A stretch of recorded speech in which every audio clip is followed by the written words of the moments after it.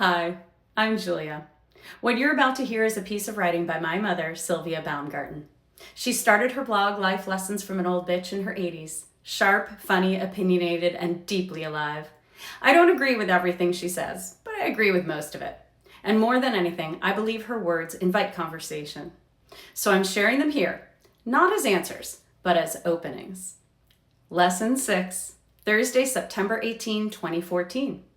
Not every damn toy in the playground is yours. Guess what, people? It's not all about you.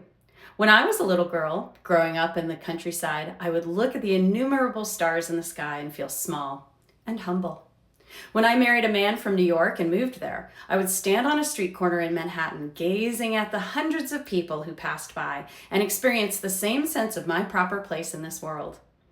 It didn't diminish me in my own eyes, but it gave me a realistic perspective. Too many people today seem only to look in a mirror and see themselves larger than life, beautiful, and entitled. The me generation has infected too much of our culture. More's the pity. This narcissism causes us to be rude, thoughtless, self-absorbed, self-pitying, closed-minded, and self-righteous, yet confident we are always perfect and correct and super smart. Let's start with rude and thoughtless. How many people open a door for others? How many say thank you for the gesture? Damn few. I ride the subway to work 5 days a week. I don't look my age, but I am old. I've been told I look around 60 or so. I don't mind standing. I'm on my feet for 8 hours at work and it doesn't faze me. But I'm struck by how many young people are too busy with their stupid iPhones, see my blog number 1, to notice and perhaps give me or other older folks their seat. Even worse, most men are, or pretend to be, sleeping. Easier on your conscience, guys? Had a dismaying experience the other day. Crowded train, most people seated were young, many male. A woman stood up to give me her seat. She was at least 7 to 8 months pregnant. Sit down, dear, I said. I'm used to carrying my load. You're not. And everyone who had noticed or heard the exchange quickly looked away or pretended to sleep. I suppose when you're entitled, you have no shame. There were 2 instances the other day on my way home from work that blew me away. Subway, weekend, express trains not running, much longer ride. 3 young people stood near the door. Singing. No, they were not entertainers, just friends singing songs interminably. Loud enough for most of the car to hear. Never once glanced at the other passengers, who occasionally smiled weakly at one another, clearly as exasperated as I was, but afraid to say anything. Finally, during one of the many traffic-delayed stops of the train, I stood up and walked to them, smiled sweetly. Hint, always smile when you're about to throw a knife. Gives people nothing to fight back against. Said, how would you like to spend a half hour next to someone who is playing a loud radio that they won't turn off? They actually managed to look embarrassed and mumbled about singing more softly and getting off at the next stop anyway. No, I said, still smiling. Please stop now. They did, but their selfish lack of awareness of any other passengers stunned me. Then, coming up the subway stairs at my stop, I tried to reach for the banister. You learn to automatically hold on as you get older. Young man sat on the bottom step, talking on his phone and blocking my access to the handrail. Do you mind, I said. He moved away with ill grace. Entitled little shit. I was not surprised when I reached the street to find a full moon shining in the sky. Only lunatics, look up the literal meaning of the word, could be so blind. And what about self-absorbed? Putting oneself first at all times? People do dreadful emotional damage to one another or blindly inconvenience others in the name of their own self-interest. Men who casually father children, then abandon them. People who bring crying infants to restaurants or movie theaters because they couldn't get a sitter and just had to see the movie. Husbands and wives who casually have affairs and they make excuses for them.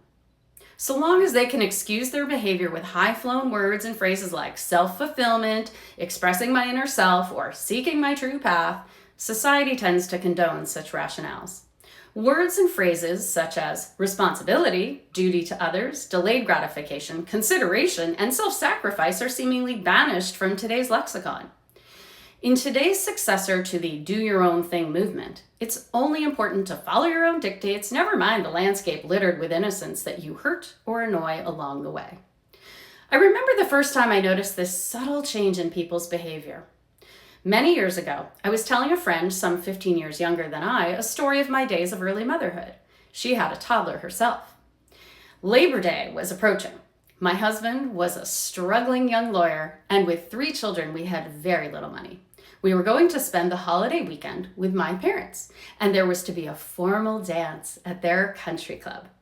My father was quite successful, and I had had a very comfortable upbringing. I looked forward to the dance, knowing I could pretend for a while that I still lived as comfortably. Since I sewed my own clothes, one of the marvelous bonuses of home ec in school in those days, I bought a length of printed fabric, gold and red roses, and made a lovely long gown, full skirt, sleeveless, and scoop-necked. Think of the stuff on Mad Men. Then I spent 2 weeks with gold and red sequins and beads overlaying the flowers on the front of the bodice. Funny side note, eye strain can make one nauseous. Until I learned otherwise, I was in panic that I was pregnant again. The day before we were to travel to my parents', my oldest son, 8 or 9 at the time, came home excitedly and told us that his Little League team had reached the finals and the playoff game was that weekend. It was at this point in my story that my friend gasped, wide-eyed with dismay. "Oh," she cried, "what a dilemma, but what did you do?" "That's the difference between your generation and mine," I said gently. "It wasn't a dilemma for us. We stayed home, of course. And oh, how people wallow in self-pity. Every small glitch becomes a personal insult. I work in a bridal salon. I can't tell you how many bridesmaids take personal offense over the fact that our seamstress doesn't work nights or weekends. The brides are happy to take a few hours off to get their gowns altered, but those entitled bridesmaids?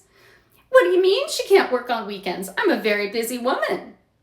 My usual response, "Honey, altering that simple dress isn't rocket science. Go to your local tailor at your own convenience." And a small pet peeve of mine, the wind chill factor. In my day, we said, "Boy, it's cold out today," and dressed warmly. Now, with the WCF, people say, "It feels like 20 degrees below," and spend far too much time feeling sorry for themselves.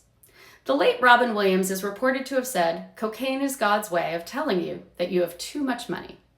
In my estimation, grievance mongering is God's way of telling us that life is too easy. When we spend so much time focused on ourselves and our wants and needs, we lose sight of what's important.